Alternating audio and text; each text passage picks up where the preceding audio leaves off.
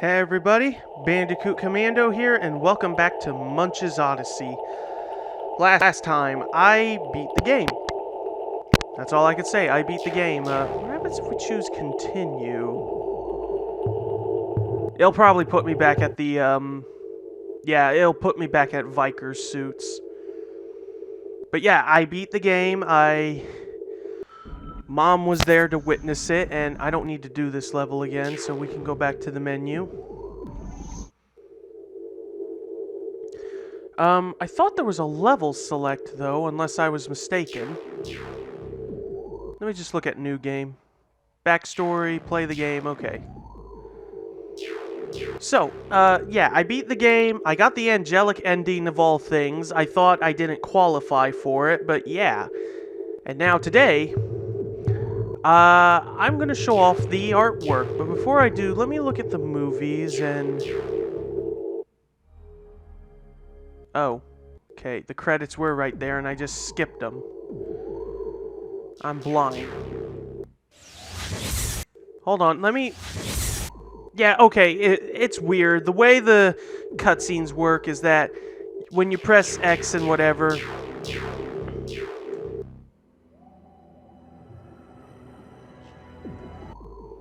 Because, see, if I were to press X, it would take me back at... Well, if I try, you know, triangle, maybe that might try something different.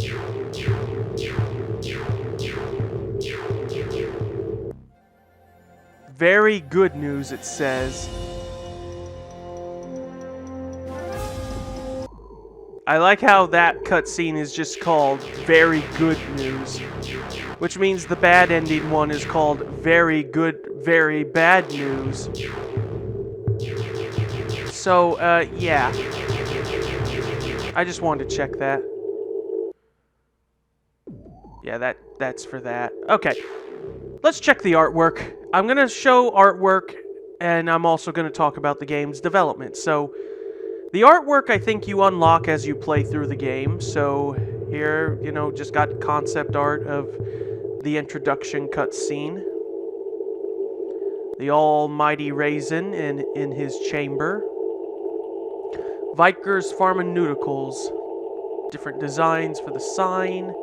And the torture that Munch will be going under. The earliest design of the Viker on the left compared to on the right. I gotta sneeze.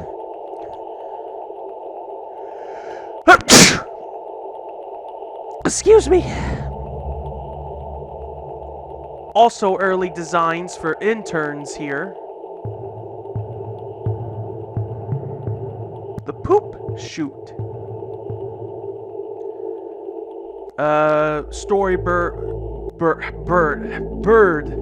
Storyboards of the big well.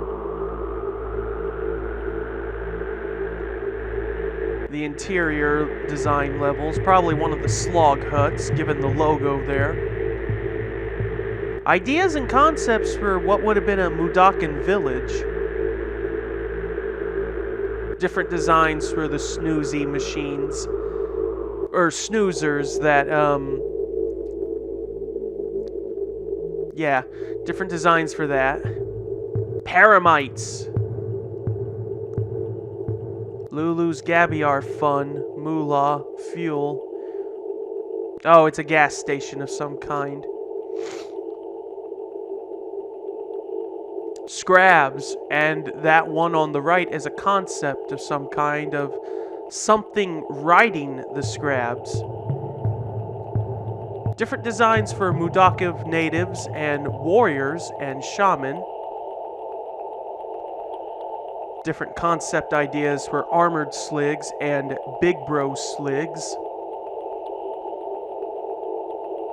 Different designs of the weapons used in the game. The Mood Archer's weapon, crossbow, and the Snoozy and other weapons that the Sligs and Vikers use. Concept art of what I will assume is maybe splinters. A passport to Oddworld. Oh, climb! and Hurl and Super Zap. Those are three unused, they are three unused vending machine drinks. Climb allowed Abe to climb up on slope. Well, more like walk up slopes. It was in one of the demos of Oddworld. It was in one of the game's demos, basically. Hurl allowed Abe to throw further and better, and Super Zap was just a more powerful version of regular Zap. Different interior level designs. Different designs for Munch and Gabbits in general. And the design of the little sonar device on his head. Oh, that's it. I can't go any further. So yeah, that's the gist of that. Now, one thing I want to talk about, and I will pull it up in the movies. Where is it? Unless right here. The armory looted.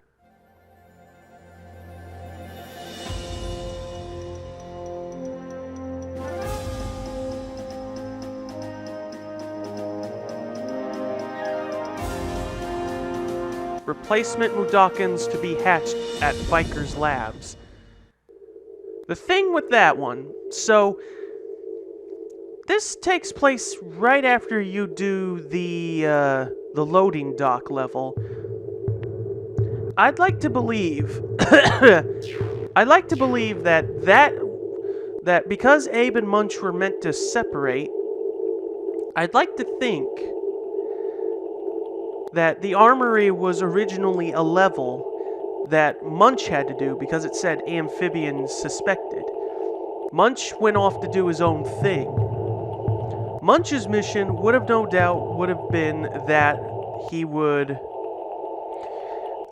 because with how risk of having security get onto them would be, he would have to, along with some fuzzles, not only destroy and also maybe steal weapons, but also the explosives that they would use at the end to blow up Viker's Labs. And so, because of that, there's now something else I need to talk about in terms of development. And this is where you will pretty much see the last of this scene, or the last of this screen and everything. From here on out, this will just be done in post. So, the rest of the stuff I will talk about will be with the game's development and that little story, if there will be time. So, let it begin after I showed off that artwork and everything else. Alright, everyone. So, Munch's Odyssey went through, again, quite a lot of development, and it's just not very easy with how it is, and that there's just also so many, and I do mean just so many things. So many things that need to be talked about in regards to it. Before we get started, I'm trying to search up one quick thing. Alright, there we go. There we go. Alrighty.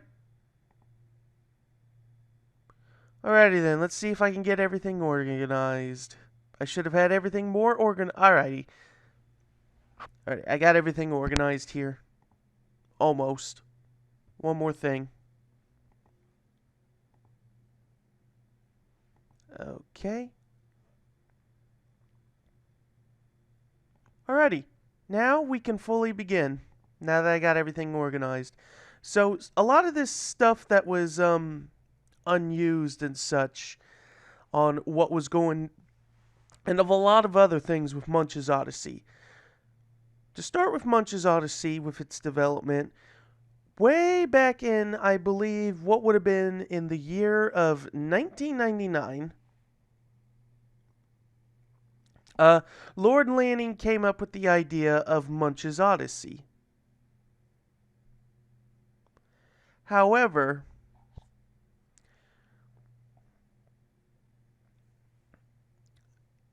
However, the problem is that at the time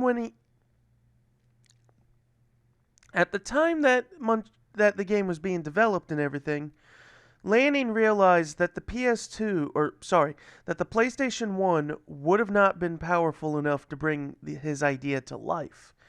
He did, however, hear of the PS2.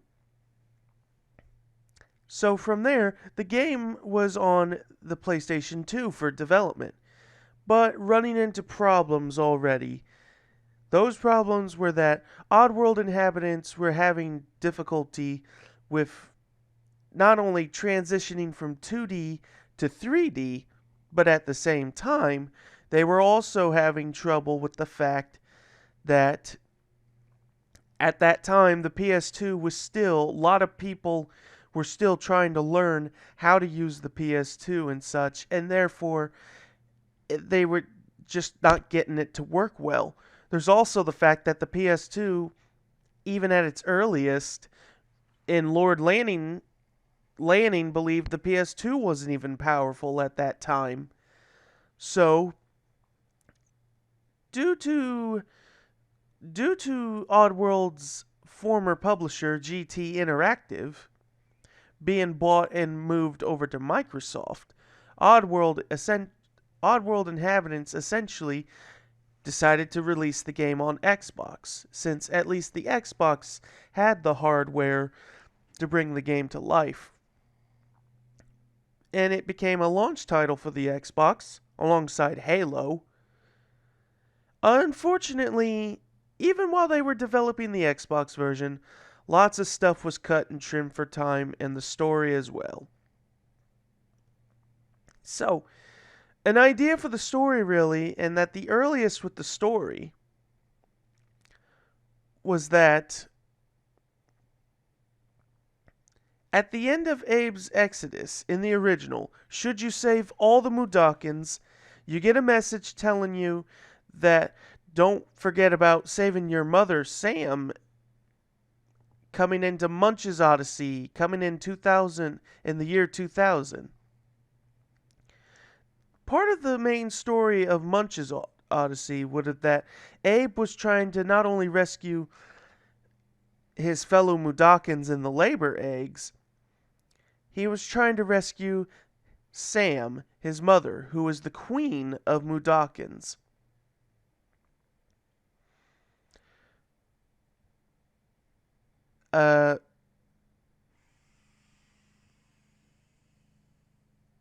Here's what she looks like. I should have organized these photos better. Yep, all of these are the Oddworld, the Lost Archives. Yeah, these were from many different artists on their Instagram and such. This is just a standard picture of Sam, of what she would have looked like. There was a point where Munch would have met Sam early in the story. Presumably, it was probably also during his escape. What their interaction would have been, who knows? All we know is that was the earliest that she was going to appear in. She was meant to appear in, as I said, in Viker's labs while Munch was trying to escape. This would have led to trying to rescue her. Luckily, in the end, though, even though she doesn't appear, and with the destruction of Viker's labs, be glad that she wasn't destroyed in the explosion.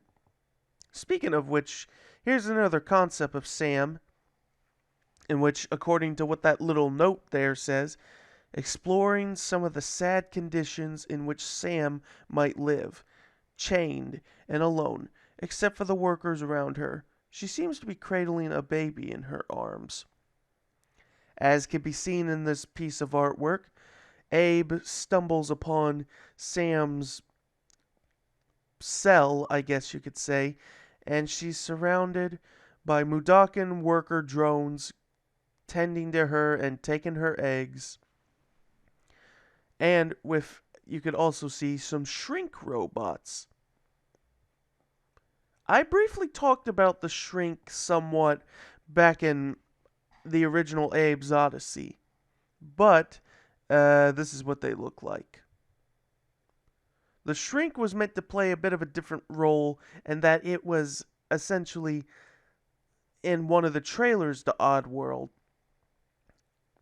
Shrinks, according to their spot in the Art of Oddworld, shrinks are designed to help Sam. Vikers learned that when Sam is in a stressed state, she doesn't produce as many eggs. So, in order to help her feel better and make her happy, they developed these robots to provide her company of sorts and to make her happy, which is why they're called shrinks. The shrinks helping Sam make sure that she stays in a forced artificial happiness in order to keep her egg production going. However, one shrink in particular did develop a conscience and wanted to help Sam escape. Unfortunately, as stated, the story with Sam had to have been cut out in order for time and pacing. Another story element that was cut out was this gluckin, Sask. It's Sask. Sask was Lulu's boss. In the early treatment of the story, before helping Lulu rise to fame through his bogus charity of sorts, was that Lulu would have been working for various bosses of the Gluckin hierarchy. The idea is that each time that Abe and Munch would go to a different business of sorts and shut down and destroy said business, Lulu ended up benefiting from it in some way or form. In this case with Sask,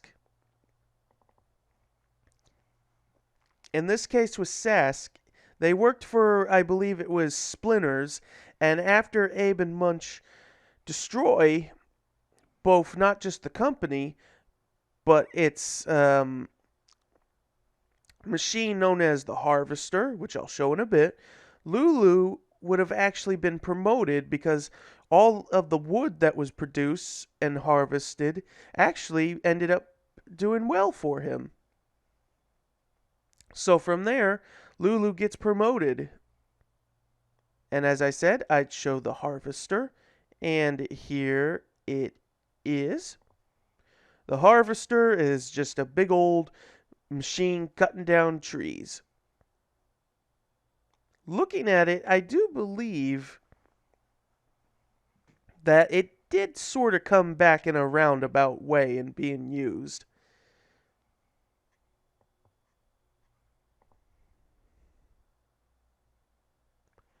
One of the bigger things that were removed from Munch's Odyssey and another story element would have involved Moloch, the Gluckin.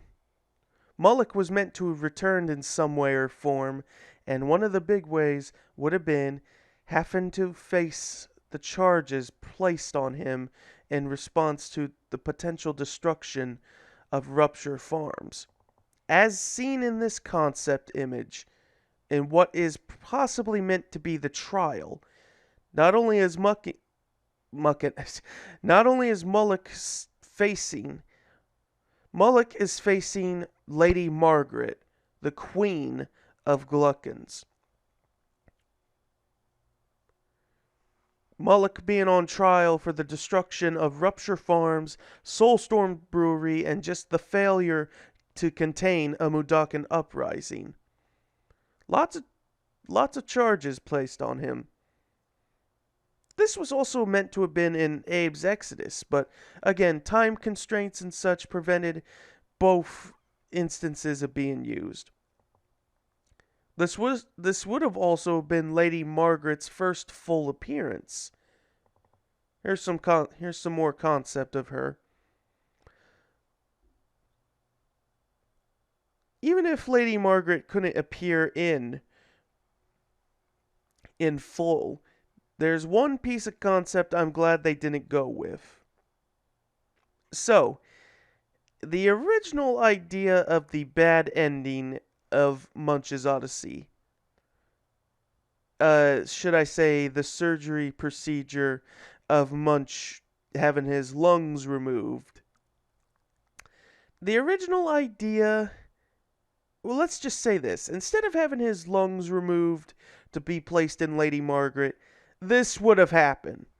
In this concept, the lung transplant wasn't as sophisticated as you might expect. Munch has been crudely grafted onto Lady Margaret.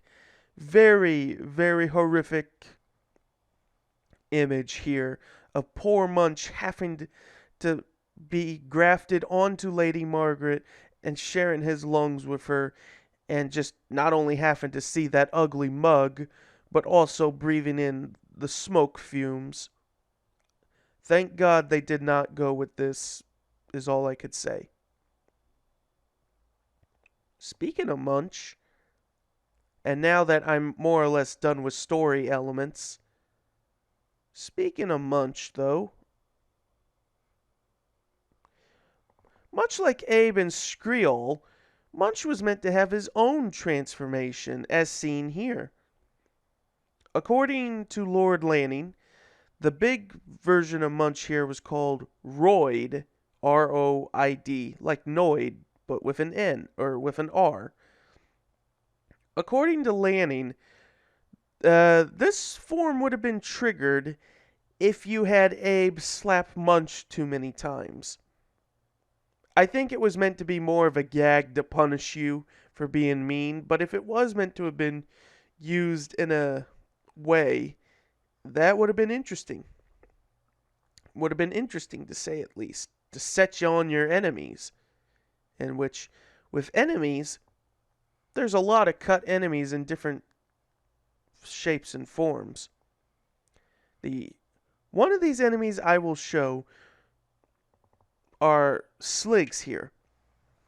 You may have noticed as I was playing and as I was kind of talking about, there were different variants of sligs that we dealt with. Those armed with melee weapons, clubs, bats, and those that had guns. The ones that wield sticks are known as bouncers, while those that wield guns are poppers. What you're seeing is a slacker. Slacker sligs lack any sort of weaponry and they attack with their bare hands. Although there's no art of them potentially having armor, there probably could have been armored slackers, because there's armored poppers in the game, and I thought there were armored bouncers, but I was wrong. But here's an image of armored bouncers. In the end, though, with that, while there are no armored slackers or bouncers in any way,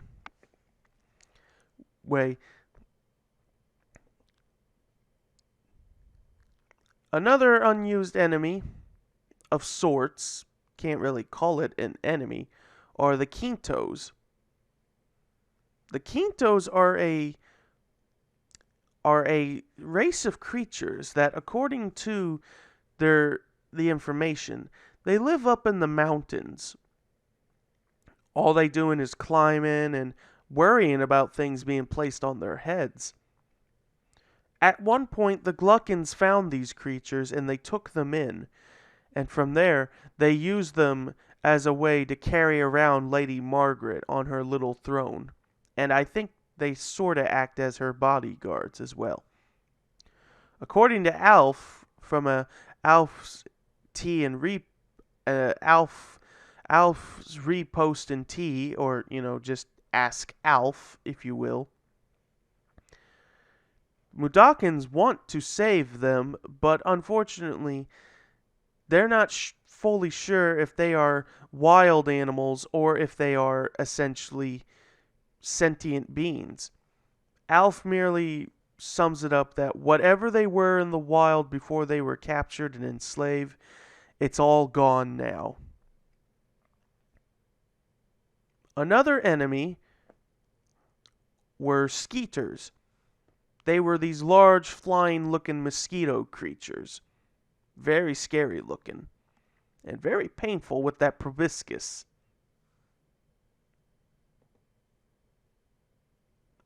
Another enemy, or should I say similar with the sligs and their upwarding, and with them going forward with the evolution, interns were meant to have something similar. Notice how when we fought interns and Vikers, that there were only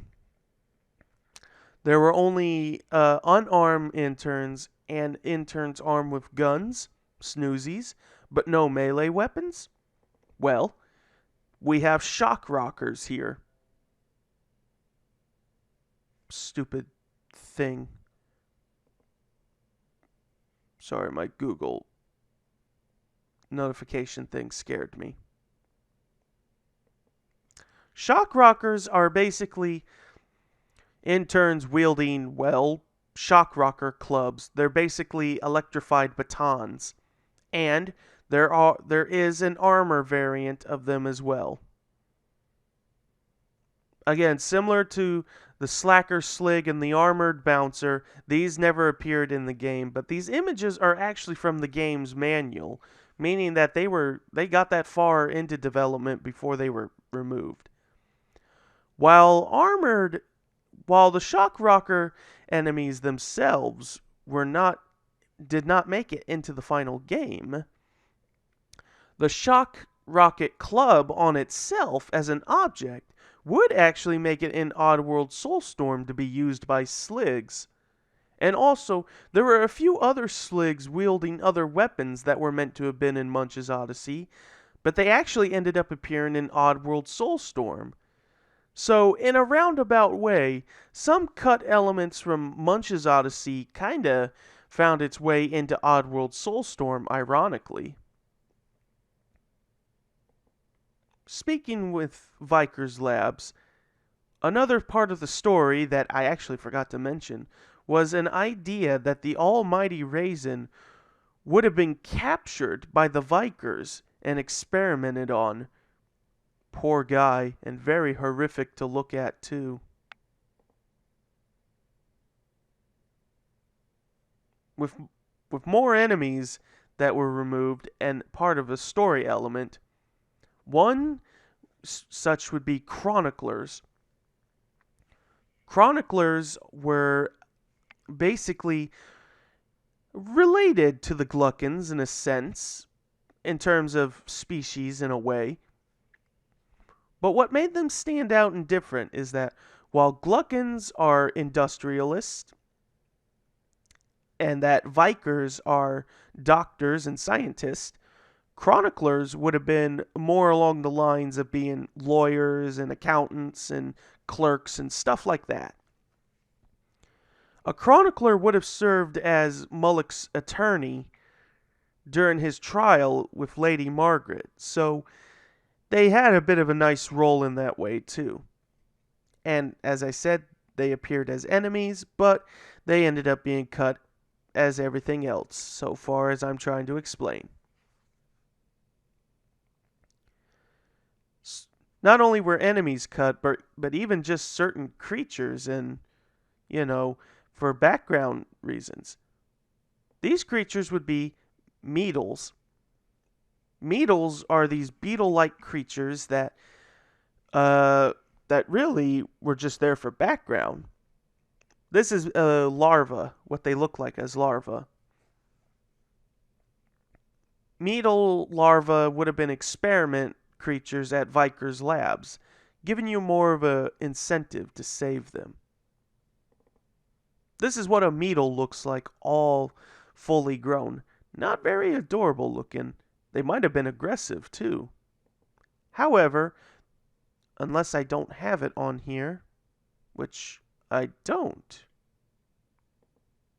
I could have swore I saved it, but there is concept of Mudokons riding Meadles as war mounts, in which to counteract with the Meadles are Mugs. Mugs were actually experimented on according to the art, by Vikers to create these things. Two different variations, but one of the same. Another creature that was meant to have been an enemy, and another gameplay element would have been the Sea Rex. The gargantuan Sea Rex is a terrifying creature that shares its home with gabbets and other underwater critters, devouring anything that gets too close. This means that underwater levels were meant to have been a thing for Munch, and that the Sea Rex would have been an enemy along with any other underwater creatures. While the Sea Rex was cut, there is a video showing it, and at a time like this, really. Alright, there is a rendered video of a Sea Rex. I can show it in just a bit. But it's strange to see that these creatures got as far as appearing in cutscene format, but never appearing. So here's what it would have looked like.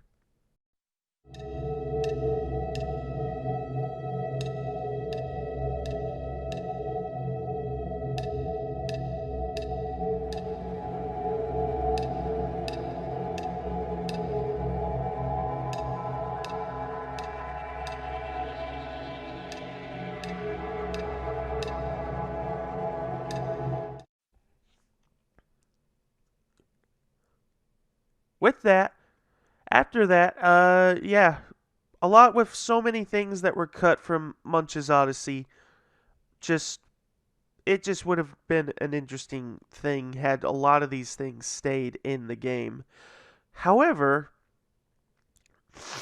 with that, the interesting thing, though, is that before they fully focused on doing the Xbox version, was that when they were still trying to make the PS2 version, the PS2 and the Xbox version would have been two completely different games in terms of story.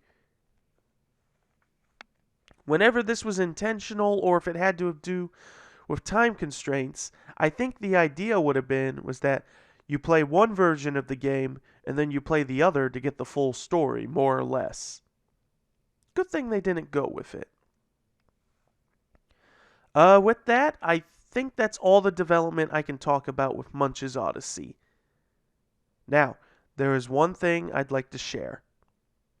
A story that changed, that not only saved how Oddworld saved a man's life, but more importantly, how it touched the hearts of the Oddworld inhabitants. The people of Oddworld inhabitants.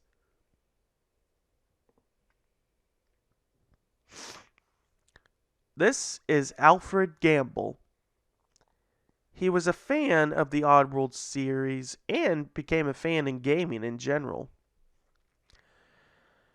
Alfred Gamble was born on April 8th of 1926. Growing up, and at a point, Mr. Gamble served as part of the war in World War II. He was born in Lancaster in the UK. Growing up throughout the years and such, at a point, Mr. Gamble's wife literally died on the day Abe's Oddysee came out, September 19th of 97. Gamble was more or less in a state of depression and just really it really took its toll on him. At this point during his turmoil of the death of his wife, he contemplated suicide and even had a gun on him from his service revolver, or he bought a gun, whichever you want to do. But he just couldn't really pull the trigger and just put an end to it. And Gamble Gamble rationalized that he had to do something to really put him in a state to kill himself. So, using the last of his money that he had on him, he bought a PlayStation and several games, in which one of these games would have been Oddworld Abe's Oddysee, which, after playing it, and it inspired him. It inspired him to keep living. From there, Alfred would then send a 6-page letter to Oddworld inhabitants on how it saved his life with it. Sherry McKenna, who is a executive producer at Oddworld Inhabitants, it was just read the letter, and it just really touched the hearts of many of the Oddworld Inhabitants people. Although she likes it when Lord Lanning tells the story. After this, Gamble would stay in touch with Oddworld inhabitants. He'd send them letters with his stories of his game adventures and photographs of his Oddworld collection. The collection would have included Abe's Oddysee and Exodus, an Abe tattoo on his right forearm, custom-made Abe collages and posters, and custom-printed t-shirts. Gamble would also save his monies to print color copies of the Oddworld characters, and he even appeared in the magazine PlayStation Zone. On November of 2000, Gamble was the second fan of the month on the official Oddworld website of the Alf's Rehab and Tea section. They celebrated his 76th birthday on the main page in 2002. Gamble tried to connect to the internet and join the forums to talk to people, but he had problems posting. He had trouble posting and even emailed for help and advice. But despite the help he was given, he actually never ended up posting.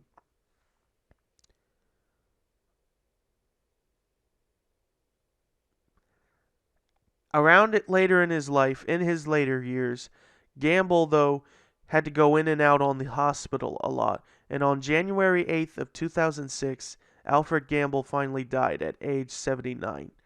He, at the time, though, even before he passed away, he did have a daughter and a granddaughter. According to Lord Lanning, around the time that his wife passed away, Gamble didn't even speak to his family, and he more or less was so depressed that he just sort of cut ties off with them. But after playing Oddworld, Abe's Oddysee and such, and having it pulled out of his suicide, he reconnected with his daughter, and therefore, it helped them. Even with his death, his daughter and granddaughter gave them thanks to the Oddworld forums who had posted their goodbye messages on them. And it is such that Abe's friend and ally, Alf, is more or less named after Alfred in honor. It's also meant to also be a pun and a reference to the show Alf, but it's mostly meant to be named after Alfred Gamble.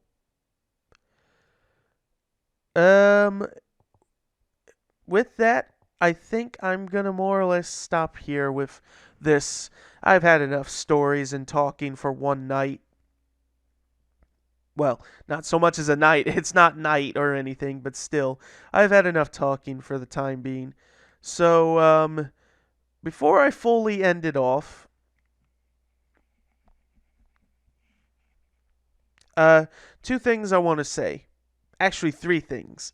One, I meant to show this image of the Gluckin hierarchy with the social hierarchy, how you go from the lowest up to the highest. Here it is. Lulu is used as the demonstration.